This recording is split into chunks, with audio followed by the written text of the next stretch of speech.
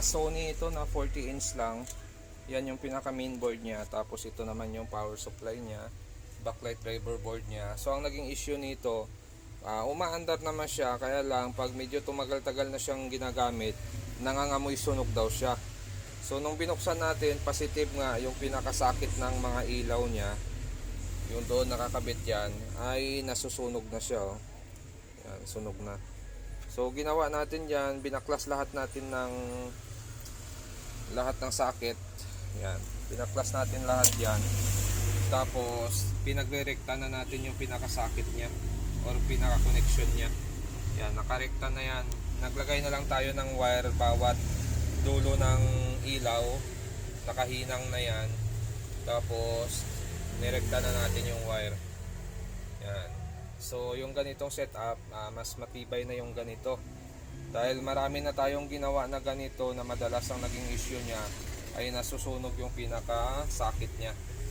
So sa katagalan na rin kasi yan, dahil yung unit na ganito ay LCD pa ito.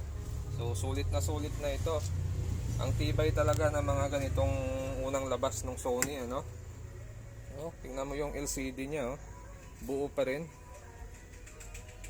Wala pang damage yung LCD niya. Pati kulay niya okay pa rin.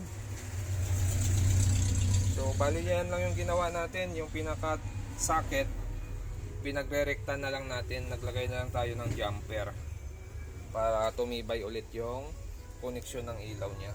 So yung ganitong sira kasi pwede ring mangyari yan, pag nasusunog na yan, magsha-shutdown yung backlight, magpo-protect din yan kasi nagsushort na yung kuryente doon sa pinaka-body ng ating unit, kaya magpo-protect yan. Pero yung ginawa natin ganyan ay subok naman natin yan na okay naman siya.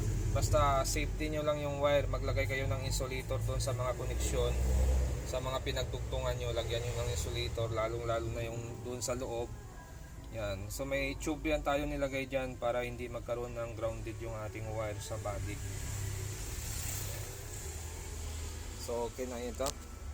At kung bago lang kayo sa ating channel, huwag kalimutan mag-subscribe.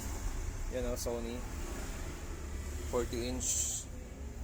Nag-aamoy sunog lang naman ang naging problema nito.